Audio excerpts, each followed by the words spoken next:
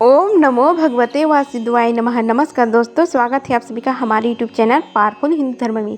आज हम आप सभी को महाकुंभ सबसे पहली बार कब और क्यों लगा था, कुंभ से जुड़े कुछ रहस्य के बारे में आप सभी को बताएंगे। आइए जानते हैं महाकुंभ के बारे में। महाकुंभ आस्था, संस्कृति और करोड़ों श्रद्धालुओं के आस्था का संगम है। महाकुंभ का आरंभ इस बार 13 जनवरी को हो गया है। कहा जा रहा है कि इस साल लगने वाले महाकुंभ पूर्ण महाकुंभ होगा, जो 184 साल बाद लग रहा है। महाकुंभ की इतिहास वर्षों पुराना तो है। महाकुंभ का आयोजन सबसे पहली बार कब और कहाँ हुआ था, साथ ही इससे जुड़े पौराणिक वर्णित महाकुंभ से जुड़े कुछ रहस्य के बारे में भी आप सभी को बताएंगे। महाकुंभ करोड़ों श्रद्धालुओं की आस्था का प्रतीक है। महाकुंभ सिर्फ एक मेला नहीं, बल्कि यह आस्था, परंपरा और हिंदू संस्कृति का संगम है। श्रद्धालु के लिए यह एक पवित्र एहसास है, जिसका इंतजार सभी श्रद्धालु को बेसब्री से रहता है। इस साल 13 जनवरी को यह महाकुंभ लग गया है। मायनों में बेहद खास होने वाला इस बार 144 साल बाद पूर्ण महाकुंभ लग रहा है। सरल शब्दों में समझे तो 12 साल लगातार 12 वर्षों के तक लगने के बाद पूर्ण महाकुंभ लगता है, जो 144 साल बाद आता है। महाकुंभ का आयोजन इस बार प्रयागराज में काशी में हो गया है। इस बार महाकुंभ में क्या कुछ खास होने वाला है, इसके बारे में तो आप सभी जानते ही होंगे, लेकिन क्या आप जानते हैं महाकुंभ के इतिहास वर्षों पुराना है। महाकुंभ से जुड़े कई ऐसे रहस्य हमारे ग्रंथों में छिपे हुए हैं, जिन्हें उजागर करना जरूर है। तो आइए जानते हैं महाकुंभ से जुड़े कुछ रहस्य, साथ ही जानते हैं कब और कहां सबसे पहले महाकुंभ का आयोजन किया गया था। कुछ ग्रंथों में उल्लेख है कि सतयुग से ही इस मेले का आयोजन किया जा रहा है। हालांकि किसी भी पुराण में विस्तार से इसके बारे में नहीं बताए गए हैं, क्योंकि कब और कहां हुआ यह स्पष्ट नहीं है। कुछ ग्रंथों में बताया गया है कि कुंभ मेला का आयोजन 850 साल से भी ज्यादा पुराना है। आदि गुरु शंकराचार्य द्वारा महाकुंभ की शुरुआत की गई थी। कुछ कथाओं में बताया गया है कि कुंभ का आयोजन समुद्र मंथन के बाद से किया जा रहा है, जबकि कुछ विद्वानों का कहना है कि गुप्त काल के दौरान से ही इसका शुरुआत हुई थी, लेकिन सम्राट हर्षवर्धन से इसके परिणाम देखने को मिलते हैं। इसी के बाद शंकराचार्य और उनके शिष्यों द्वारा सन्यासी अखाड़ों के लिए संगम तट पर शाही स्नान की व्यवस्था की गई थी। हालांकि कुछ ऐतिहासिक साक्ष्य भी मिलते हैं कि जिनसे सिद्ध होता है कि कुंभ का आयोजन राजा हर्षवर्धन के राज्यकाल में आरंभ हुआ था। प्रसिद्ध चीनी यात्री हेनसांग जब अपनी भारत यात्रा के बाद उन्होंने कुंभ मेले के आयोजन को उल्लेख किया था। इसी के साथ उन्होंने राजा हर्षवर्धन का भी जिक्र किया। उनके दयालु स्वभाव के बारे में भी उन्होंने जिक्र किया था। हेनसांग ने कहा कि राजा हर्षवर्धन लगभग हर 5 साल में नदियों के संगम में एक बड़ा आयोजन करते हैं, जिसमें वह अपना पूरा कोष गरीबों और धार्मिक लोगों को दान में दिया करते हैं।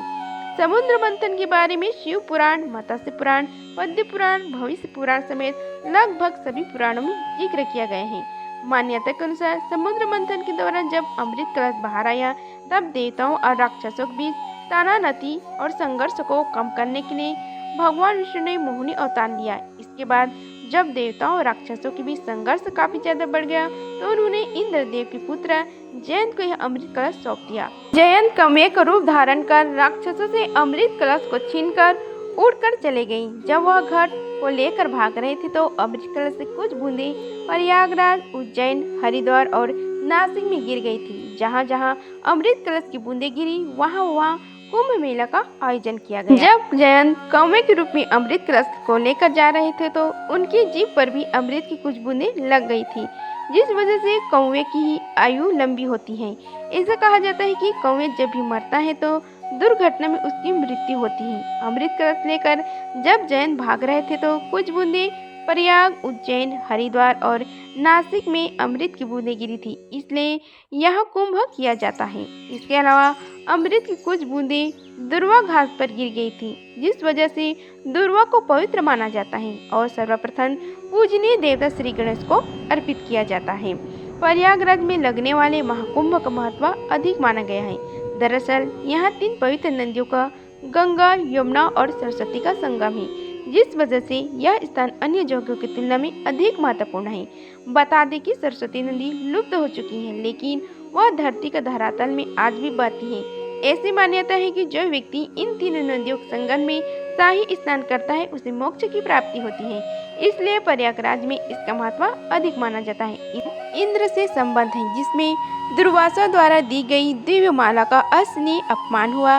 इंद्र ने उस माला को ऐरावत के मस्तक पर रख दिया और ऐरावत ने उसे नीचे खींचकर पैरों से कुचल दिया। दुर्वासा ने फलतः भयंकर श्राप दिया, जिसके कारण सारे संसार में हाहाकार मच गया। अनावृष्टि और दुर्भिक्ष से प्रजा त्राही त्राही कर उठी। नारायण की कृपा से समुद्र मंथन की प्रक्रिया द्वारा लक्ष्मी का प्रगटाय हुआ, जिसमें वृष्टि होने लगी और कृषक वर्ग का कष्ट कट गया।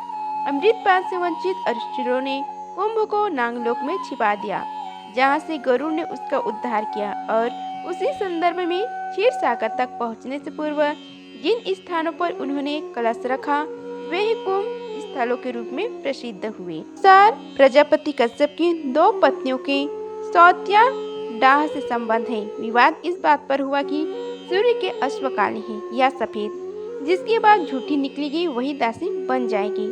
कद्रु के पुत्र थे नागराज वासु और विनीता के पुत्र थे वैन्त्य गरुड़। कद्रु ने अपने नागवंशों को प्रेरित करके उनके कालेपन से सूर्य के अश्वों को ढक दिया। फलतः विनीता हार गई। दासी के रूप में अपने को असहाय संकट से छुड़ाने के लिए विनीता ने अपने पुत्र गरुड़ से कहा, तो उन्होंने पूछा कि ऐसा कैसे हो सकता है कि कद्रु ने शर्त रखी कि नागलोक से वासुकी रक्षित अमृत कुंभ जब भी कोई ला देगा, मैं उसे दासत्व से मुक्ति दे दूंगी। विनीता ने अपने पुत्र को यह दायित्व सौंपा, जिसमें वे सफल हुए। गरुड़ अमृत कलश को लेकर भूलोक होते हुए अपने पिता कश्यप मुनि के उत्तराखंड में गंधमादन पर्वत पर स्थित आश्रम के लिए चढ़ पड़े। उधर वासुकी ने इंद्र को सूचना दी, तो इंद्र ने गरुड़ पर 4 बार आक्रमण किया और चारों प्रसिद्ध स्थानों पर कुंभ का अमृत छलका, जिससे कुंभ पर्व की धारणा उत्पन्न हुई। देवासुर संग्राम की जगह इस कथा में गरुड़ नाग संघर्ष प्रमुख हो गया। जयंत की जगह स्वयं इंद्र सामने आ गई। यह कहना कठिन है कि कौन सी कथा अधिक विश्वसनीय है और कौन लोकप्रिय। दूसरी कथा के अनुसार व्यापक रूप से अमृत मंथन की उस कथा को अधिक महत्व दिया जाता है, जिसमें स्वयं भगवान मोहनीय रूप धारण करके असुरों को छल से पराजित किया था। गरुड़ का संदर्भ भी स्मरणीय है, परंतु कुल मिलाकर विशेष प्रसिद्ध समुद्र मंथन की कथा से है। दुर्वासा की कथा में भी समुद्र मंथन का प्रसंग सम्मानित है। दुर्वासा की कथा में भी समुद्र मंथन का प्रसंग है, इसलिए भी उनका मूल्य बढ़ जाता है। कश्यप की संततियों को पारस्परिक युद्ध देवासुर संग्राम जैसे प्रवाही रूप ग्रहण नहीं कर सका, यद्यपि उसकी प्राचीनता संदिग्ध नहीं है। गरुड़ की महत्ता विष्णु से जुड़ी गई है और वासुकी रूप में नागों का संबंध शिव से अधिक माना गया है। यहाँ भी सवैष्णव का भाव देखा जाता है, जो बड़े द्वंद्वात्मक संदर्भ के बाद अंततः हरिहरात्मक ऐक्य ग्रहण कर लेते हैं। समुद्र मंथन एक ऐसी कथा है जिसके पौराणिक रूप से भीतर जीवन का रहस्य निहित है। उसे सृष्टि कथा से भिन्न दार्शनिक स्तर पर तत्व कहा जा सकता है। सहस्त्र वर्ष के दुर्गीय अनुभव को अद्भुत परित्यात्मक भाषा प्रदान की गई है, जिससे द्वंद्व और संघर्ष की कठोर भूमिका अपनाई गई है। इस प्रकार महाकुंभ की कथा समाप्त हुआ। अगर आप सभी को यह वीडियो अच्छी लगी होगी तो वीडियो को लाइक कीजिए, चैनल को सब्सक्राइब कीजिए और कमेंट बॉक्स में जय श्री हरि लिखिए। धन्यवाद। मिलते हैं अगले वीडियो में, तब तक के लिए जय श्री राधे कृष्णा।